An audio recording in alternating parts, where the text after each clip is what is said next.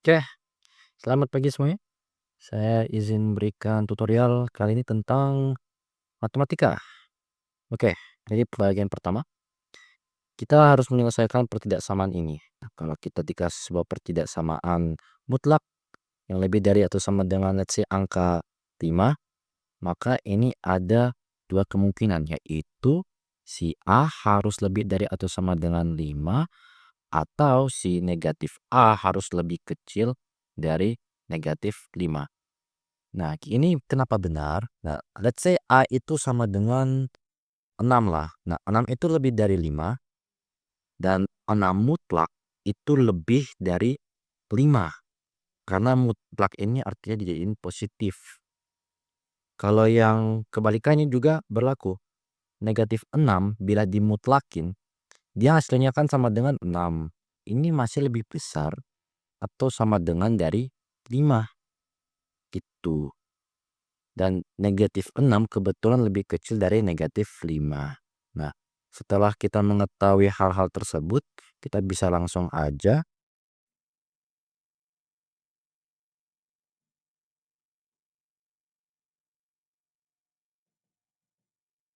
kita bisa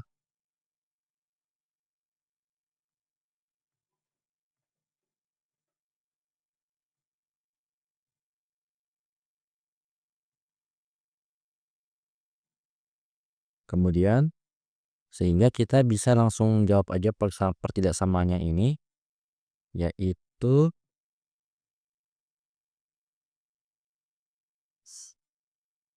8 per X dikurang 3 itu lebih dari atau sama dengan 1, atau 8 per X kurang 3 negatif itu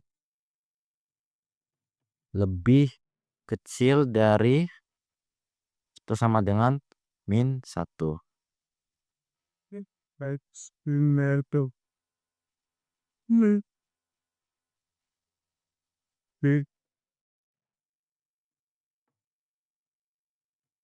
Sehingga ada baiknya kita kerjakan yang ini dulu.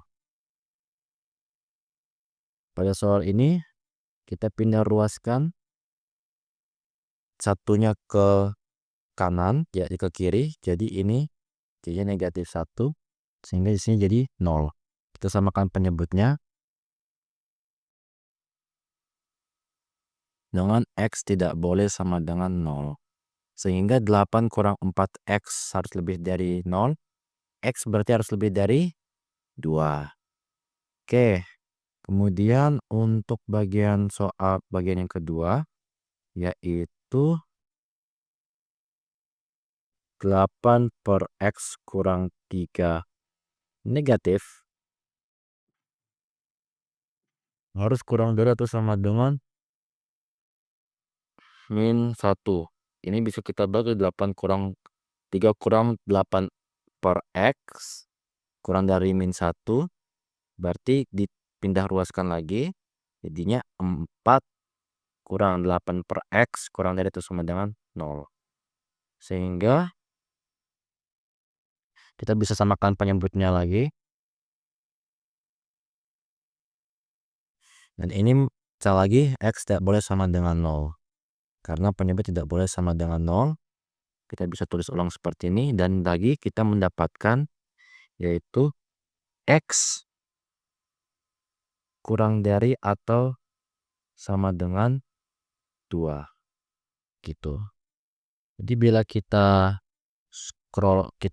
bila kita buatnya sebagai suatu garis bilangan,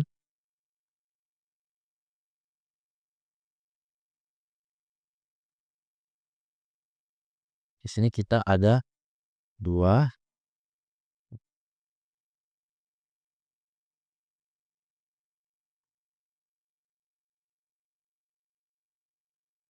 maka kita bisa bilang bahwa 2 ke kanan 2 ke kiri itu memenuhi persamaan. Dengan 0 itu tidak boleh. Di sini berarti bolong gitu. Nah, bila kita tes, kita uji, kita ambil contoh angka di sini let's say 1 ya. Berarti kita ambil X sama dengan, kita uji X sama dengan 1.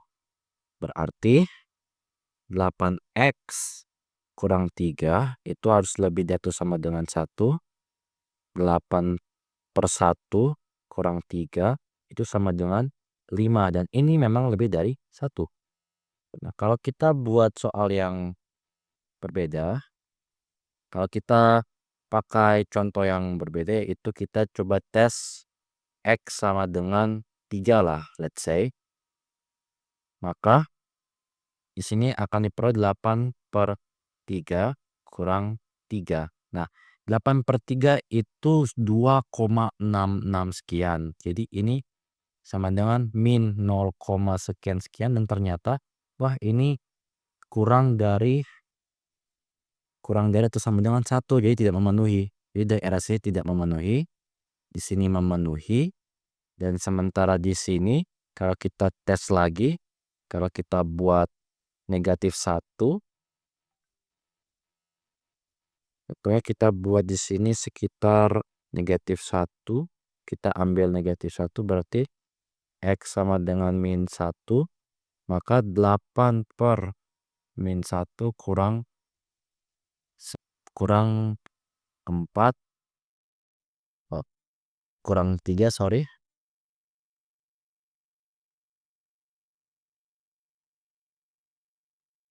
Itu sama dengan ini -4. Ini -8. -8 kurang 3 berarti -11, dan kalau dimutlakin itu ternyata lebih dari 1. Sorry.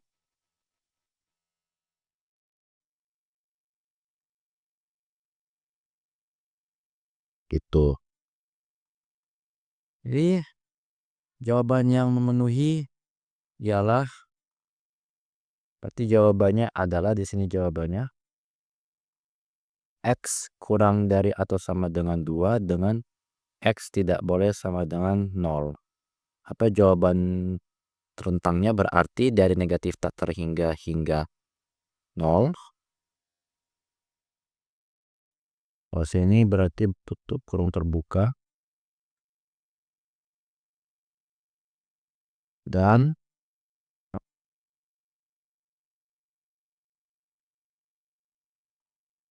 dari 0 hingga 2.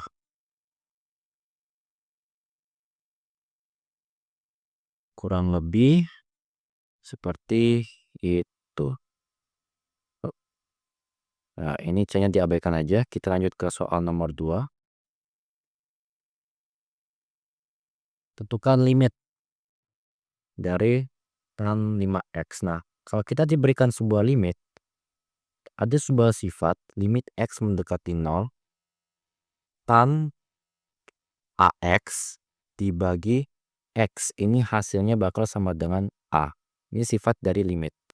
Nah, kalau kita diberikan limit X mendekati 0, tangan 5X per 2X, ini bisa saya tuliskan sebagai 1/2 limit X mendekati 0 tangan 5X per X. Dan di mana ini kurang lebih yang kakak kotaki itu sama dengan 5. Berarti jawaban ini adalah 5/2. Soal selanjutnya,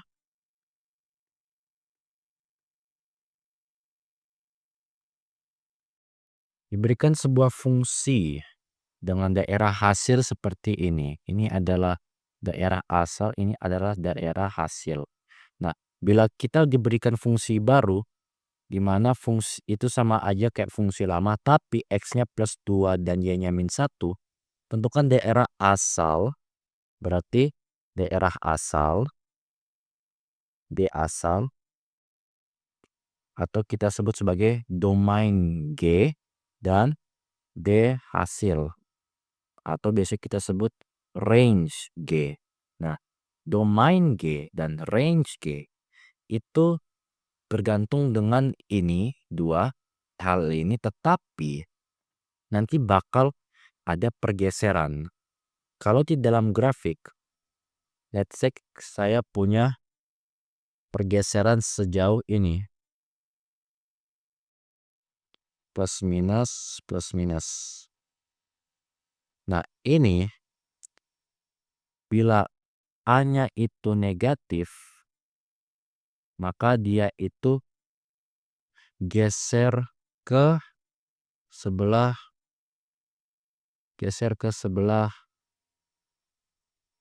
kanan. Tapi dia itu bakal geser ke sebelah kiri kalau A-nya itu positif. Berarti kalau ini ditambah A, dia ke kiri. Tapi kalau dia minus A, dia ke kanan. Kalau dia itu plus B, dia bakal ke atas. Dan kalau dia minus B, dia bakal ke bawah. Gitu. Dan bagaimana dengan daerah hasilnya?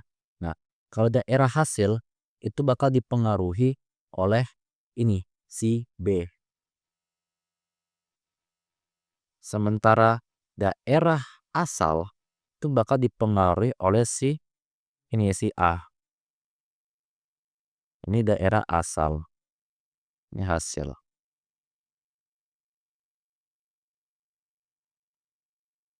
Jadi let's say saya punya, berarti kalau saya punya daerah asal DF sama dengan min 2,5.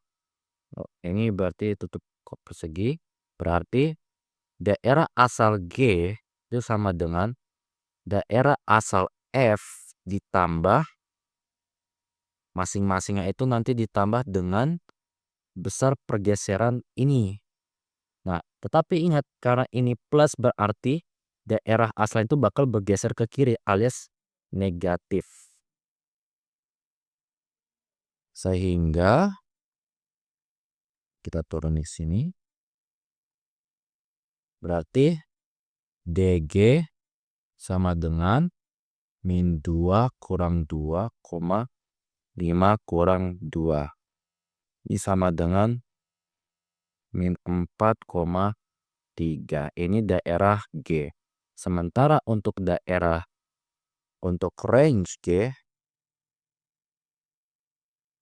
itu sama dengan RF tambah besar pergeserannya, yaitu karena dia itu min 1 berarti tambah min 1, min 1. Jadi kalau yang X itu, kalau kan X itu tadi kan plus 2, berarti jadi kebalikannya yaitu min 2. Tapi kalau si D itu kalau min 1 ya min 1. Sehingga untuk range-nya ini min 1,4. Berarti dia itu bakal menjadi min 1 kurang 1,4 kurang 1.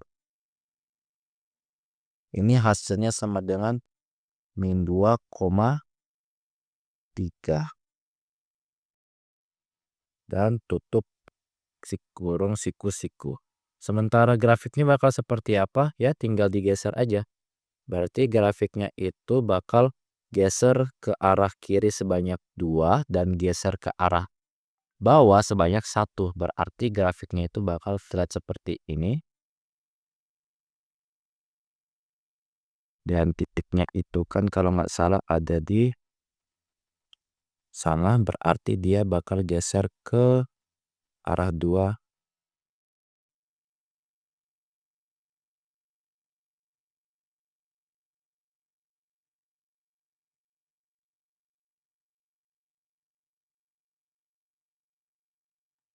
Berarti